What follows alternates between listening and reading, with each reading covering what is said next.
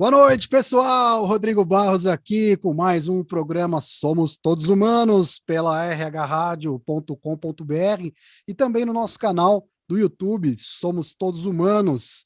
Um programa Somos Todos Humanos sempre nessa veia de trazer um convidado que tem uma forma mais alternativa, eu diria, de viver, voltada mais para o lado das artes, né? Uma escolha muitas vezes que traz ali por parte da sociedade algum preconceito, né? Como que pode, né, um cara ser músico, ser artista e conseguir sobreviver, né? Principalmente no Brasil, onde a cultura e a arte, né, de certa forma, ainda são vistos à margem dos outros empregos, vamos dizer assim, né? Você comparação com os advogados, médicos, juízes de direito, políticos, os artistas ainda ficam ali meio marginalizados, né, diante da sociedade.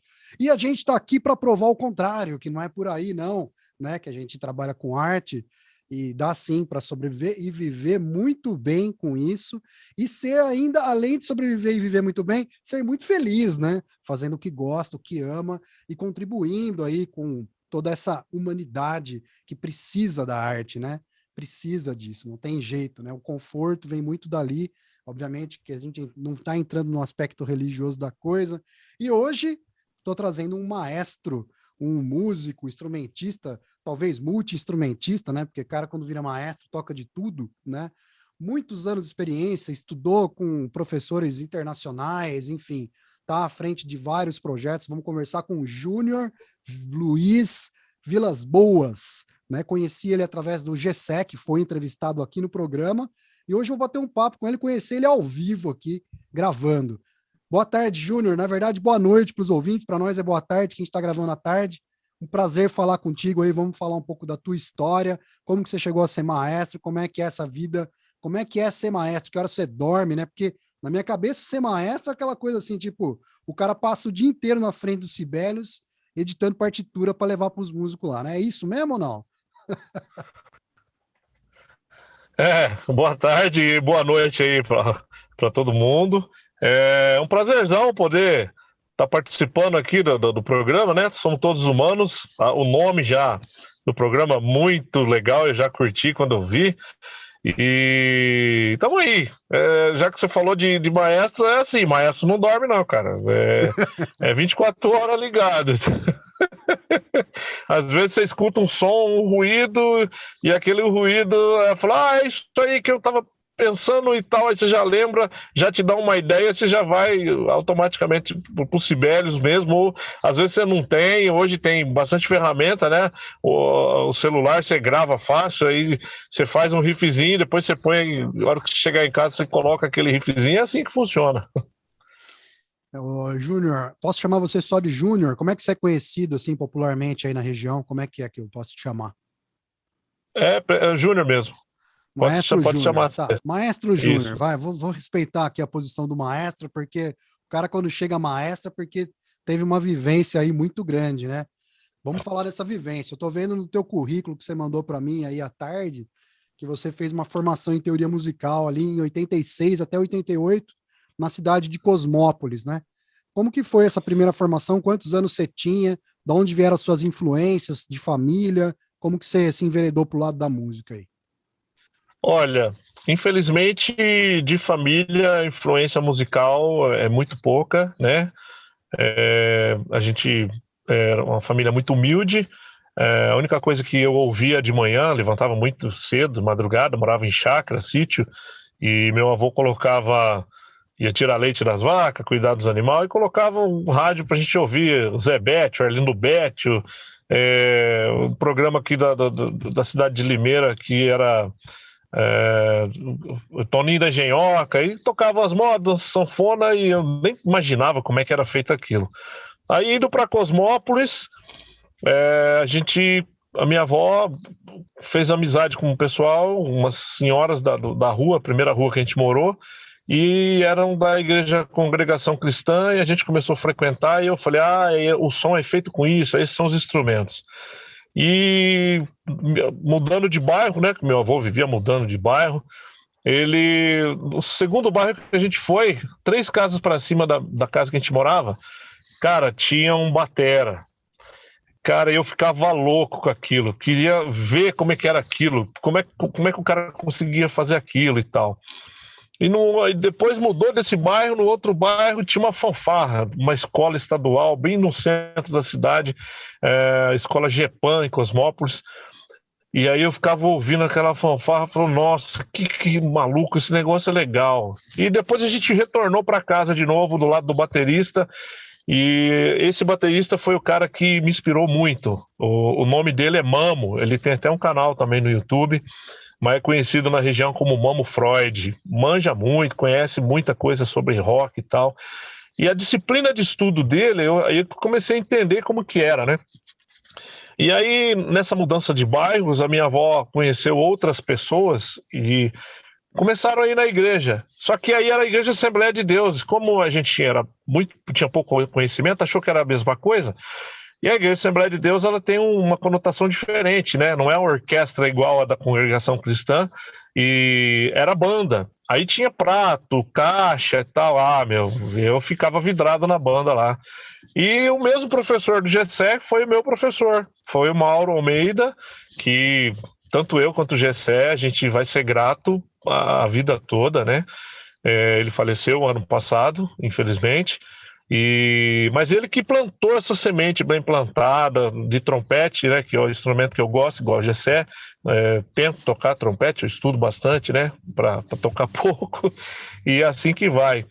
E, cara, comecei com 9 anos de idade e com 14 para 15 a minha mãe resolveu mudar de cidade. Eu fui lá pro outro lado do mapa do estado de São Paulo, lá em cima, lá para Jales. E lá em Jales eu conheci um maestro que abriu muito mais a mente, né? Porque dentro da igreja às vezes fica muito fechado. Hoje mudou um pouco nos últimos 10 anos, mas antigamente era muito fechado, a igreja queria só para ela e tal. E esse maestro Lucas Guimarães foi o cara que abriu minha mente. O filho dele é o Fernando Lopes, né, que toca na Orquestra Sinfônica de São Paulo. É um dos trompetistas muito renomados. E aí, banda musical de Jales, banda municipal, era um contexto de banda sinfônica, mas banda de concerto e banda sinfônica. E aí eu fui entender como que funcionava os instrumentos de sopro, como que era a tessitura, fui aprender as claves, porque na igreja Malemar você aprende a clave de sol, a clave de fá, e quase não se fala da clave de dó. Fui entender o que era uma harmonia, e de lá para cá eu vim estudando, né? Legal, cara. E assim, lá em Cosmópolis, assim como em Limeira, acredito que em Indaiatuba, Campinas, Americana, essas cidades até hoje mantêm suas escolas, né? São escolas municipais que dão aula de música gratuitamente, ou essa escola não existe mais? Como é que tá essa escola? Ela existe até hoje? Olha, em Cosmópolis eu sei que eu trabalhei depois, né? Quando eu voltei para cá, já com conhecimento um pouco mais aprofundado. Participei da Unibanda, que aí ele abriu muito mais a mente também. Na época era o maestro Carlos Lima. E aí você vai conhecendo outras pessoas, né? Hoje participo da banda Carlos Gomes, que foi daquele período. Cosmópolis aconteceu muita coisa e acabou regulamentando a banda, né? A banda musical. Não sei se está como escola, mas como banda eu sei que ainda existe. Mas a banda marcial, que era que agregava a garotada, né, de um modo geral, a faixa etária de 10 anos para cima, a banda marcial extinguiu-se em 96 e até hoje não retornou. O que eu queria entender para cidades que eu... O que eu queria entender é assim, o professor Mauro Pereira, né, que foi professor seu do GCE e plantou essa semente, acredito que muito mais gente aí pelo jeito, ele era funcionário da prefeitura, ele era voluntário, ele era da igreja, como é que era o trabalho dele? Não, tudo voluntário, era da igreja, né? Inclusive, no período, até os músicos da prefeitura eram todos voluntários, né? A prefeitura veio regulamentar isso em 91, 92, que começou a dar uma bolsa de estudo. Hoje não, os músicos são... apesar que voltou, mas ele teve um período que a banda de Cosmópolis teve concurso, então os músicos eram concursados, eram funcionários da prefeitura, um ensaio por semana, uma apresentação, 2 por mês, uma coisa assim. Mas por as outras cidades que eu passei, a banda de Jales, por exemplo, virou orquestra. Um aluno que era da banda, que foi aluno do Lucas Guimarães, hoje ele é o maestro da orquestra com formação. Então teve uma evolução. A escola ainda existe. Em Limeira, as cidades vizinhas aqui, tem orquestra, tem banda, né? Limeira, vamos dizer assim, tem várias corporações. Tem a Henrique Marques, com 160 anos, a Arthur Jambelli, com 82 anos, 83 anos. A banda da Cedinha tá parada, a banda que eu trabalho, que é a banda marcial da Escola Senai, há 47 anos, né, que é bem de formação, e é só metais e percussão, né, e a Orquestra Sinfônica, que é o maestro Rodrigo Miller, que, se não me engano, faz 21 anos, 22 anos que está aqui. Teve Projeto Guri, mas já perdeu também. Então, assim, acho que nem todas têm escola. A Orquestra Sinfônica tem o núcleo de professores dentro do Palacete Levi aqui. E o Senai a gente pega do zero também, dentro do contexto que o aluno concordar com a banda. Júnior, em meio a esse movimento, vamos dizer, nos últimos, desde 2016, eu diria, para cá, eu acredito que a cultura vem perdendo um certo espaço diante do poder público ter que investir em coisas consideradas pela sociedade prioridades, né? Estão acima, né, dos interesses culturais de uma nação, né? Então, às vezes, vem aquela justificativa da política de que tem coisas mais importantes para gastar dinheiro e a cultura vai ficando para depois, ao ponto de perder o status de ministério, tal, no governo federal, que acho que foi uma perda até grande aí com esse novo governo. Mas antes disso já vinha acontecendo um certo desmanche de algumas corporações e um certo descaso aí do poder público em relação à importância dessas atividades, né? Qual chamada você faria para os políticos, os futuros que virão, para a importância dessas atividades como professor, como maestro, de musicais em geral, nas pequenas cidades e também no estado e na nação toda, tem órgãos que são federais, né? Enfim. Qual é a chamada que você faz para os políticos? Porque eu vejo que você não vai deixar de ser maestro para ser vereador para resolver esse problema, né? Então, assim, o que você tem a dizer para os administradores das prefeituras em relação à importância de manter esses corpos e qual que é o poder transformador que essas atividades traz para a sociedade? Rapaz, a chamada é a seguinte: a música é um negócio, é a arte mais antiga, né? É uma arte universal. Na minha concepção, para quem é cristão e acredita nisso, e cada um tem a sua crença aí, mas para nós que somos cristãos, é o seguinte: a música vem antes da formação de qualquer coisa, né? A palavra diz que os anjos louvam a Deus 24 horas. Se eles entendessem que a música tem o poder de equilibrar tudo, né? O cérebro, a coordenação motora, a maneira de pensar, a música auxilia em qualquer área, isso é comprovado já em várias universidades do mundo. A música auxilia em qualquer área cognitiva da pessoa. Um garoto que de 7 anos consegue aprender um instrumento, ele vai melhor em qualquer outra matéria. Isso é comprovado já. Você e o Gessé podem falar melhor, que vocês trabalham na rede pública, né? Aqui no Senai, os professores de vez em quando falam: nossa, o que aconteceu com fulano? Entrou na banda. O que acontece? A disciplina. Se o músico, para ele tocar bem o instrumento, ele tem que estudar o instrumento. Ele tem que casar com o instrumento, ele tem que focar aquilo ali.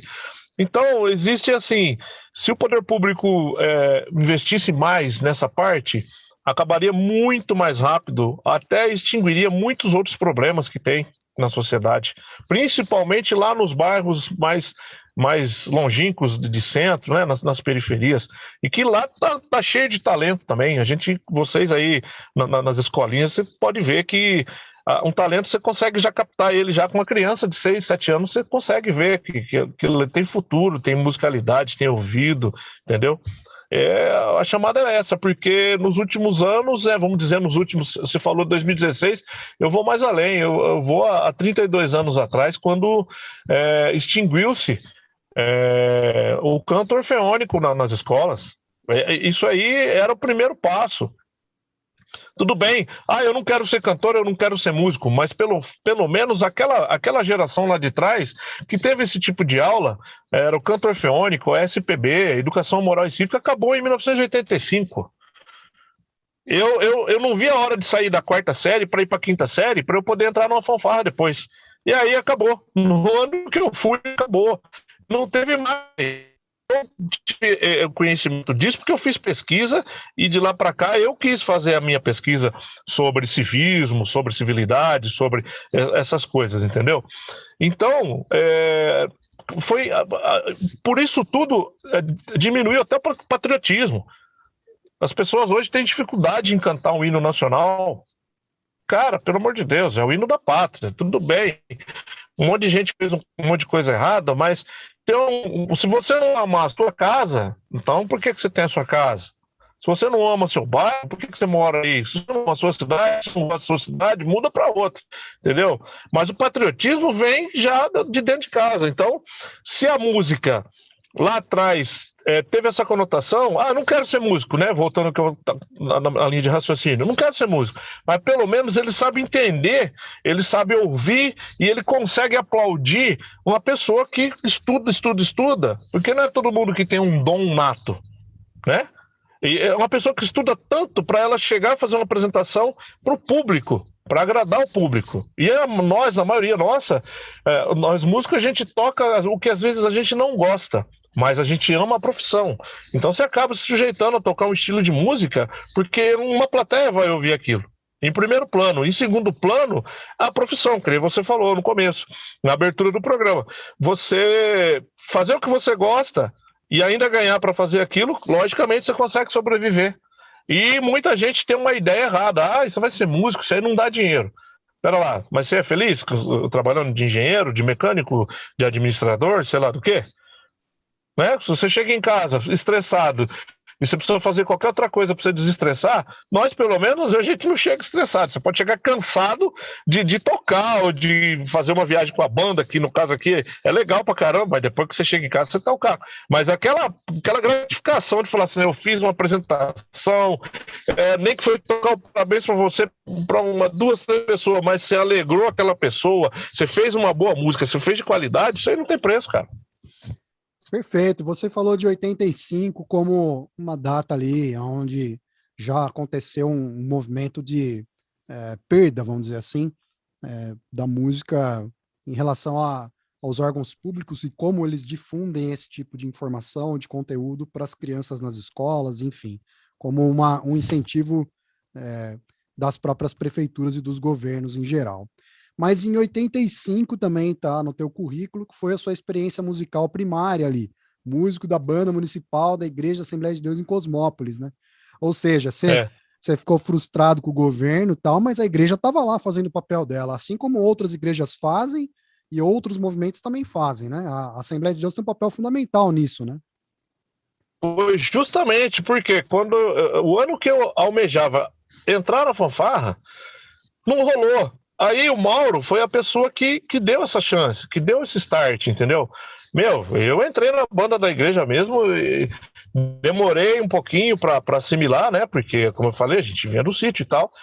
Cara, mas depois que você entende, aquilo ali, nossa, foi muito legal. E se todos imaginassem o poder que as igrejas têm de formação de músicos por aí no mundo, porque não é só no Brasil é mais a igreja, né? Mas no mundo aí, cara, muitas igrejas dominam tudo. Aí também tem um pouco de hipocrisia dentro das igrejas agora, que de um tempo para cá as igrejas também estão virando aí um negócio aí rentável e os caras não estão se preocupando muito com qualidade, né? Comprando instrumento ruim, baqueta ruim, corda ruim, para Deus, para Deus você tem que dar o seu melhor, caramba. Né? Se você faz o seu melhor numa fanfarra, numa banda marcial, num 7 de setembro, onde a cidade espera aquela banda passar, aí você vai para a igreja, vamos tocar de qualquer jeito? Não é assim, não. Eu, na minha que forma um dom secular como profissão, ou um grupo de mais que investe, e quando você vai para a igreja o negócio muda a conotação. Eu acho que tem que ser pelo menos 10 vezes melhor, entendeu? E seu instrumento ali, qual era no primeiro momento? Eu comecei a estudar trompete, mas como é um instrumento que demora a dar resultado, nas igrejas tem aquela cobrança, né, do pastor, não, porque o cara não tá tocando, vai demorar a tocar, não sei o que e tal. Aí eu fui para tocar percussão. Tinha um senhorzinho que teve problemas de saúde, tocava bumbo, e eu comecei a tocar prato do lado dele, e aí ele parou de vez. Eu carinhosamente chamava ele de irmão Clemente, que era muito gente boa. E aí eu falei, não, vamos amarrar o prato em cima do bumbo aqui, eu toco o prato e o bumbo. E era sem ler partitura, sem nada, mas a gente estudava, decorava e tal, e eu toquei isso várias vezes, né? Não por muito tempo. Aí depois fui crescendo, fui fazendo embocadura para trompete, comecei a tocar e não fiz mais percussão. E foi pro trombone também? Não entendi. Você chegou a tocar trombone também? Então, o trombone foi lá com o Lucas. Quando eu mudei para Jales, eu fui atrás da igreja. A banda da igreja não era tão legal, igual a daqui. E o vizinho nosso de Jales falou: ah, tem uma banda municipal. Explicou o lugar, eu fui. O maestro gostou, porque a banda era mista, né? Tinha senhores, jovens e criança.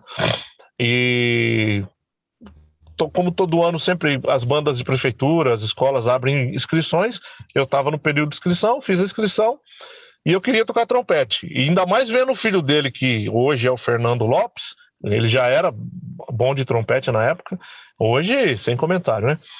E aí eu peguei, ele falou assim, ó, trompete não tem vaga, a gente tem vaga para trombone, trompete eu já tenho 5 trompetes. Falei, tem vaga para trombone? Ele falou, tem.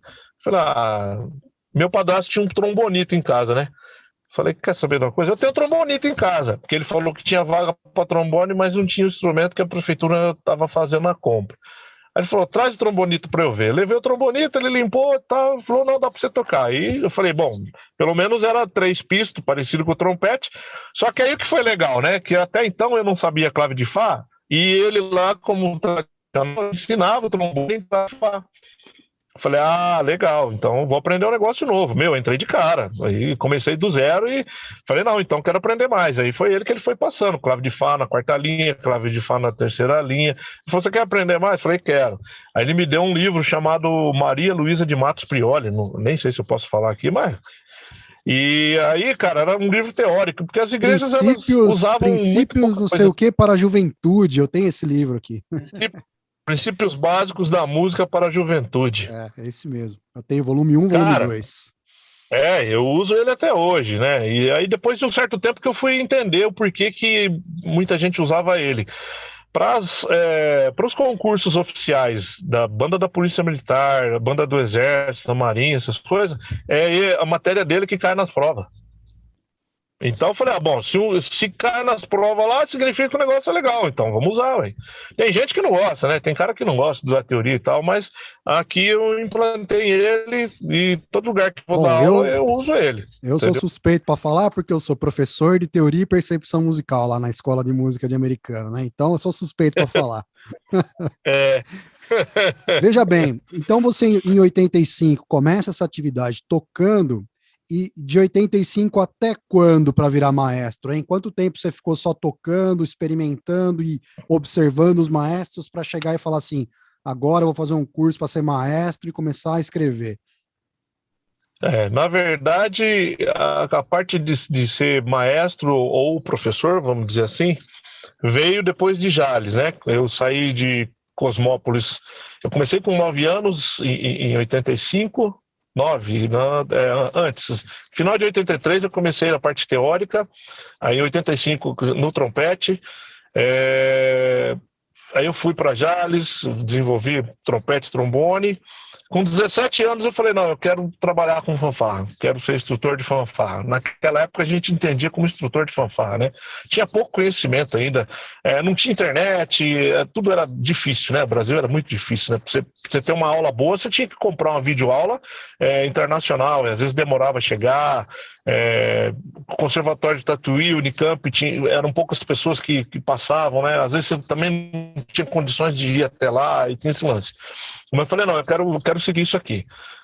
Mas antes disso, cara, nossa, eu trabalhei com um monte de coisa, desde criança. Trabalhei com estrutura metálica, trabalhei com fábrica de tanque, trabalhei de servente pedreiro, igual a Gessé. A gente tinha que trabalhar para ajudar em casa e ao mesmo tempo estudar música. Mas aí eu botei na cabeça, com 17 anos, falei, não, eu quero trabalhar com isso aqui. Falei, eu vou parar de trabalhar com tudo, nem que eu rale aí um tempo, passe um apertado um tempo. E aí com 18 anos já estava casado, né? Essa ideia antiquada do povo da igreja, que você não podia namorar muito tempo, você tinha que casar. E daí eu fui seguindo e falei, não, vamos ralar. E aí comecei a trabalhar com fanfarra aqui, voluntário ali, até chegar ao ponto em que, na própria prefeitura de Cosmópolis, eu trabalhava numa tecelagem em Arthur Nogueira, que eu voltei para cá, né, já casado, e aí a prefeitura de Cosmópolis viu uma fanfarra que eu fiz em Engenheiro Coelho, voluntariamente numa escola estadual, já com uma ideia diferente, porque naquela época as lambadas faziam sucesso. Ninguém via uma fanfarra tocar bolero, tocar mambo, tocar rock. Aí eu montei uma fanfarra e comecei tocando Chorando Se Foi, e a galera falou, o que é isso?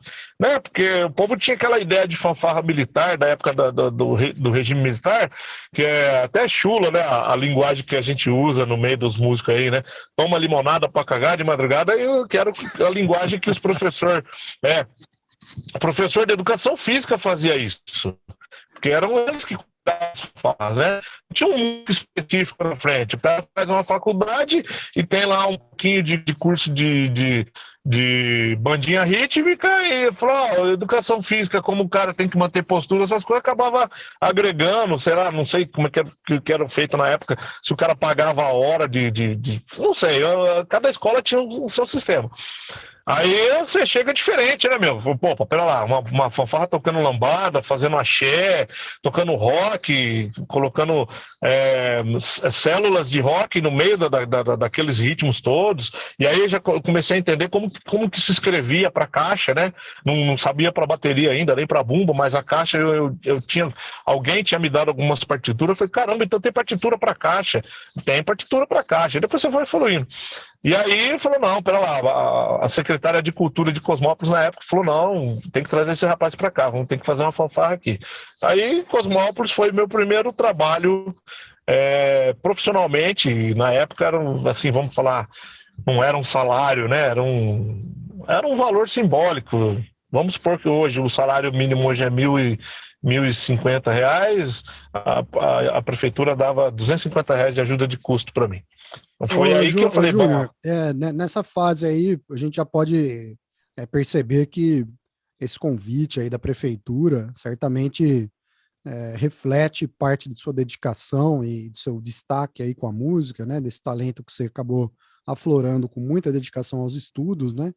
E depois, obviamente, eu vi também no teu currículo que você acabou estudando em Tatuí, né? Que é uma das escolas consideradas uma das melhores escolas do Brasil, né? De música. E conta um pouco dessa experiência em Tatuí, você teve aulas de regência lá, e depois de lá você evoluiu bastante, foi uma coisa, tipo, você sentiu aquela diferença? Porque você estava acostumado com a galera da igreja, chegou lá em Tatuí, aquele povo, todo mundo letrado pra caramba na música, lendo tudo à primeira vista ali, você chegou lá, você sentiu um pouco de diferença, assim, tipo, não, agora eu vou ter que estudar mais ainda, né? Como é que foi isso?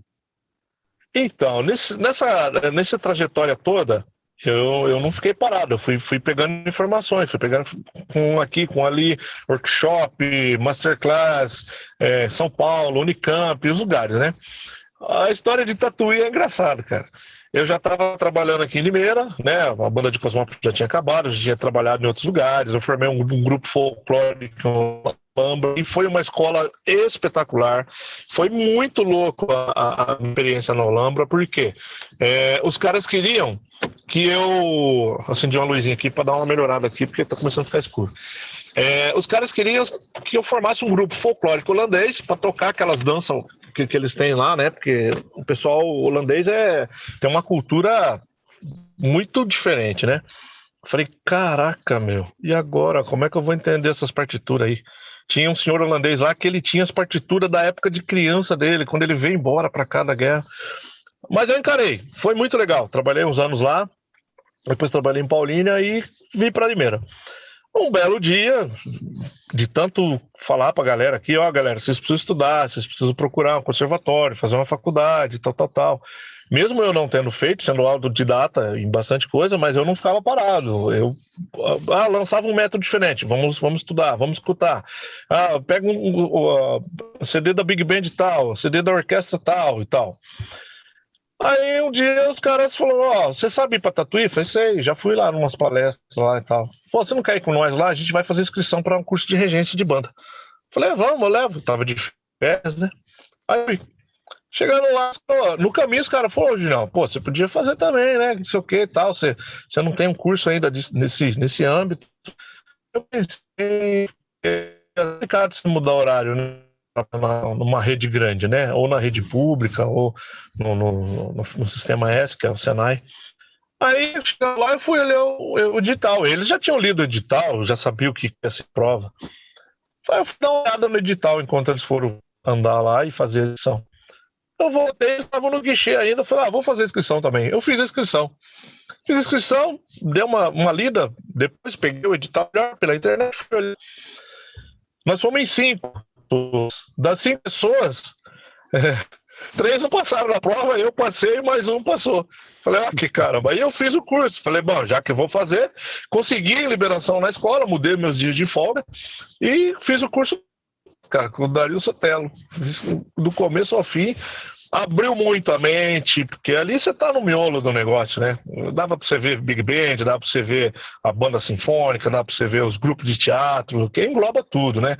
Dá para você assistir aula, muito workshop que vem de muita gente de fora, internacional. Meu, ali, o cara que conseguir entrar ali, se ele tiver foco, ele sai dali muito bem. Eu não sei como está agora, né? Como você falou, de 2016, aconteceram muitas mudanças aí no sistema político estadual, federal e municipal. E de cá, bastante amigos lá do conservatório tem relatado que mudou muita coisa, né? Muita gente não está mais lá, o Dario não está lá, mais grandes professores, grandes nomes nossos aqui, que usavam como referência, não estão mais lá. Então, não sei como está o nível agora.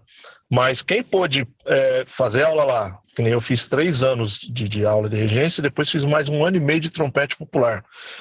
Meu, o cara tem que aproveitar. É gratuito, é um equipamento que o Estado oferece e durante muito tempo foi muito renomado, continua, né?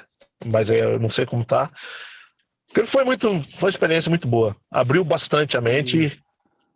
E depois, assim, eu tava brincando no começo, ali, a primeira pergunta que eu fiz, eu falei assim, bom, a vida de um maestro, não imagino como seja, porque eu participo de bandas pequenas, né? Tipo, trio, no máximo um quarteto aqui, já dá um trabalhão para montar o repertório, pensar nos ensaios, tudo e tal, né? E quando você vai administrar um grupo maior, você tem que administrar todas essas diferenças, agendas e todos os interesses e também locais onde vão tocar e tudo mais, depois repertório, as partituras já tudo transposta para os caras, já chegar meio pronto. Como é que você administra tudo isso junto com o trabalho de, né? Você tem suas coisas para fazer na sua casa, sua família, para cuidar, enfim. Você tem outras atividades além da atividade de maestro. Depois as atividades da igreja, enfim. A agenda do maestro, ela vai ficar cada vez mais apertada. Quanto mais você vira maestro, menos tempos livres você tem, é isso? Hoje à noite, por exemplo, você já tem compromisso aí? Você tem que administrar, cara, porque, assim, você tem... Que nem eu sou maestro da banda marcial da Escola Senai Limeira, então esse é meu carro-chefe. Então eu já faço uma programação anual, né, de como vai ser e tal, quantos alunos eu posso pegar no primeiro semestre, quantos alunos eu posso pegar no segundo semestre, e de acordo com o nível dos alunos, é o repertório que você vai trabalhar. Então eu sempre penso num repertório grande, e a hora que começam os ensaios, você pode limar uma música ou outra, mas sem sair daquele foco. Nós temos uma grade fixa por ano de 27 apresentação fixa. Formatura da escola, os dias comemorações, aniversário das cidades vizinhas, de outras duas escolas que os filhos e tal, e concerto no final do ano para encerrar a temporada. Mas acontece bastante com, né, a Fiesp, uma banda tocar no supermercado no São Paulo. As bandas tem aí, tem Guarulhos, tem isso, não, chama de Limeira. Aí a gente vai. Tudo é bancado e aí a gente faz. E aí sim, legal que no meio do caminho, conforme o grupo está ficando legal, você começa a pensar em repertório diferente, ou uma apresentação que às vezes o cara quer uma música específica. Aconteceu uma vez a gente fazer o encerramento da semana de segurança dentro da Mercedes, né? Como o Senai é um sistema da indústria, então a indústria tem prioridade, às vezes pode pedir a banda para tocar. E aí os caras queriam uma música específica que era a música tema deles lá. Aí é aquela coisa, né? Você já não dorme. Porque no Brasil tem uma precariedade de arranjos. E no caso da minha banda que não tem todos os timbres, não tem todos os instrumentos, é só bocal, é trompete, é flugelhorn, trompa, trombone, bombardino e tuba. Então você tem que pegar uma música, às vezes, de uma orquestra e fazer adaptação. E aí ver o que soa, o que não soa. E quando você tem pouco tempo, não dá para você fazer teste. Você já tem que ir meio com a ideia fixa. É melhor, às vezes, você fazer um arranjo feijão com arroz, bem temperadinho, do que você querer fazer um arranjo muito elaborado e não soar depois, né? Mas foi legal pra caramba. Então tem essas peripécias aí, essas coisas no meio do caminho aí. Legal, cara. E assim, o que vem para o futuro aí? Você está planejando alguma coisa, além de todas essas atividades que você já está envolvido aí no presente, né? Eu tô vendo aqui que você faz parte, então, você é regente dessa banda do Senai de Limeira, né? Trompetista na Soul Livre Jazz Band. Enfim, tem outras atividades que você faz, né? E o que vem para o futuro? Você tem algum projeto aí que vai vir aí para o futuro? Olha, o projeto primordial agora, graças a Deus, é o retorno das atividades da banda, que vai acontecer sábado agora, dia 17 de julho. E já, para mim, a vida minha é sempre corrida. Eu já adorei quando alguém me ligou hoje aqui, o secretário da escola me ligou, que a gente já tem retorno programado para sábado e 2 apresentações já em agosto. Então, quer dizer, não é só retornar aos ensaios, às aulas. Você já tem um retorno no sábado, já pelo menos, tem que sair pelo menos 4 músicas ensaiadas já sábado agora, mesmo que seja do repertório antigo, porque você já tem uma apresentação para no máximo 20 dias para frente. Então é legal, você já tem um foco, né? Me deixa entender o protocolo de saúde e segurança aí em relação à pandemia, né? Os músicos estão todos vacinados, eles vão. Como é que vai ser essa questão dos músicos e da plateia? Esse protocolo aí de Covid, como é que está sendo nesse momento ali?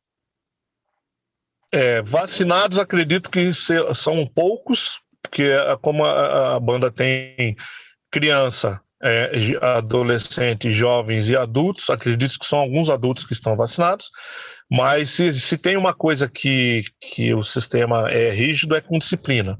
Então, existe um protocolo a ser feito aqui, o ensaio é feito dentro do auditório, certo? O auditório, o palco, eu não posso pôr mais do que 20 pessoas, e dentro da plateia tem as cadeiras demarcadas, então ou eu divido o ensaio em 2 partes, ou eu coloco 20 no palco e 15 ou 16 bem abertos na plateia, com os ventiladores ligados e as portas abertas. E as 2 apresentações, pelo que me foi passado, vão ser ao ar livre. Então, ao ar livre, você pode distanciar até mais de 1,5 metro entre os músicos, né? E seguir o protocolo. Uma coisa que a gente usa bastante, já usava antes da pandemia, o instrumento de metal, que ele é o dourado, para limpar ele é álcool. Então eu já usava álcool, até orientado pela fábrica, né, pela HS. E então, álcool você já podia passar o instrumento à vontade, você só não pode beber o álcool, né, colocar dentro e tal. Mas você pode passar álcool à vontade nele, que como o laque daquele amarelo, ele fica limpo, revigorado. Então, além do álcool gel, o sistema de passar álcool no instrumento, álcool no bocal, as baquetas, instrumento de couro também dá para passar álcool, então a gente vai seguir esses protocolos, manter o distanciamento, liberar naipe por naipe, né? Vamos sair do palco, ó, sai o naipe de trompete, aí você dá um minuto, sai o naipe de trombone e monitorar eles dentro do pátio da escola. Legal. E em relação ao seu sentimento como pessoa, por ter ficado tanto tempo afastado dessa atividade, né? Como é que você está se sentindo com esse retorno? Essa questão da esperança de dias melhores, enfim, como que você está se sentindo por estar retornando com essas atividades depois de tanto tempo sem fazer o que você gosta ali? Rapaz, a sensação de alegria que eu estou sentindo hoje, depois da ligação, assim, o retorno da banda eu já sabia que ia ser agora, mas não tinha uma expectativa de apresentação. Agora já tenho uma expectativa, né? Então, é muito gratificante em saber que, infelizmente, como você falou, né, de tempos para cá, o poder público, se ele puder, ele encerra, né, uma atividade assim. Porque, na visão de muitos caras leigos, vamos dizer assim, isso é dor de cabeça, é custo, mas não pode enxergar o benefício lá na frente. Então, eu só tenho a agradecer à entidade que manteve, né, a chama viva. Nós somos em vários regentes, né, na rede, inclusive depois eu vou indicar alguns para você fazer entrevista também, inclusive de Americana também, tem o Senai aí, tem orquestra, tem banda. Só o fato da rede manter a gente, ficou parado 1 ano e meio, vamos dizer assim, só o fato de manter a gente e agora retomar, é muito gratificante e daqui para frente eu acredito que toda a situação ensina bastante coisa para a gente. Eu acredito que vai ter uma procura muito grande de pessoas que às vezes estavam levando uma vida sem muita atividade e eu acho que vai ter uma procura muito maior aí nessa parte. Legal. A gente vai encerrar a nossa entrevista. Eu gostaria de deixar um espaço aberto para você falar sobre suas redes sociais, se você tiver algum contato, como é que as pessoas podem procurar e ter contato direto com você pela internet ou por telefone, do jeito que você preferir. E depois pedir para você já se despedir e responder a nossa última pergunta, que eu sempre faço para todos os meus convidados, que é: o que te faz ser humano, Maestro Júnior? As redes sociais é Júnior Vilas Boas, né? No Facebook e no Instagram também. O WhatsApp é 19, o DDD 996649127. Você citou aí alguns lugares que eu toco, né? Sou Livre Jazz Band, é uma big band formada por vários amigos que tem formação em Tatuí e todos irmãos, né? Todos cristãos de várias denominações, então não tem uma denominação específica e a gente toca em vários. E temos também aí, a minha esposa tem uma empresa chamada Vilas Boas Eventos, que aí a gente faz casamentos, aniversários, eventos variados. Respondendo a sua pergunta, o que me faz humano, cara? O que te faz ser humano? O que me faz ser humano? Eu acho que, assim, eu vou começar pela frase de um grande amigo, que aí eu já vou até deixar indicado para você, é o Edson, maestro da banda do Senai de Araraquara, e eu vou roubar a frase dele mais uma vez. A música, ela é um todo, e você não consegue andar 20 metros sem que você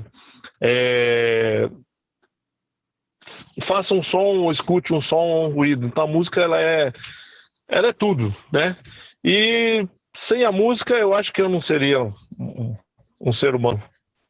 Depois que você descobre ela, eu acho que sem ela não dá para ser um ser humano completo aí, seja qual for a área, né? Porque a gente tem bastante amigos que nem eu falei aqui, que são médicos, são doutores, são engenheiros e são grandes músicos e nas horas vagas fazem música de boa qualidade e acabam se alegrando outras pessoas e curtindo a vida aí com a música. Legal, Luiz. Muito legal mesmo. Eu tive um contato recentemente com um baterista de uma banda muito famosa no Brasil, que chama-se Sepultura, uma banda de heavy metal. Né? O Eloy Casagrande é o baterista lá, um cara muito talentoso, muito técnico, né? E ele fez um desafio, assim, que ele gravava um vídeo tocando batera e falava o seguinte, ó, eu quero saber quem que de vocês que vai gravar um vídeo tocando comigo. Então, eu tinha que pegar o vídeo dele tocando batera e compor uma música em cima da batera que ele fez, né? E aí eu peguei, fazia 50 dias que estava na pandemia. E aí eu peguei a batera dele e fiz a minha parte de guitarra e de baixo, juntei os 3 vídeos assim na tela e mandei para ele, porque ele ia publicar aqueles que ele ia gostar mais, ele ia publicar no Instagram dele lá, Eloy Casagrande, né? Daí eu tive que ter contato com ele, porque eu mandei a mensagem, falei, ó, tá aqui meu vídeo e tal, depois ele me respondeu. E ele me respondeu exatamente falando o que você acabou de dizer, que ele fica muito feliz em poder justificar a existência dele como ser humano fazendo aquilo que ele sabe fazer de melhor e que ele mais gosta de fazer ao mesmo tempo, porque graças a Deus, no caso dele, o que ele mais gosta de fazer é aquilo que ele sabe fazer melhor, que é a música, né? Então é legal assim essa resposta. A gente poder justificar a nossa própria existência como ser humano através da música é uma coisa muito interessante. E de todas as respostas que eu já tive, foram 21 programas até hoje, acho que esse é o 22º, ninguém ainda tinha falado isso em relação à música, assim, né? Justificado o ser humano pela própria música em si, né? Se não fosse a música, eu não seria humano, né? É legal isso, eu sinto muito isso também, e acho que o Eloy Casagrande lá, não sei se ele vai assistir, acredito que não, porque ele tem a agenda lotada, mas assim, me lembrou a fala dele comigo ali no inbox do Instagram, a gente conversando, ele me falou isso. Eu gostaria de agradecer muito aí a sua presença, o seu tempo aqui comigo, foi muito legal te conhecer e ver que as histórias às vezes são muito parecidas, né, quando a gente se apaixona pela música enquanto é criança e tem uma oportunidade, o que acontece é sempre uma coisa muito semelhante, né? A gente se joga no precipício, né? Que é esse negócio da música aí, e cai num colchãozinho todo macio, né? E não morre, né? Sobrevive muito bem, né? Então é muito legal isso daí, né? Parabéns pela sua história, pela sua trajetória, e conta comigo aí para o que você precisar. Vamos fazer algum trabalho junto. Quando eu voltar com esse projeto novo que eu estou fazendo de música cristã aqui também, eu vou entrar em contato com você para a gente fazer alguma coisa junto, alguns arranjos, enfim.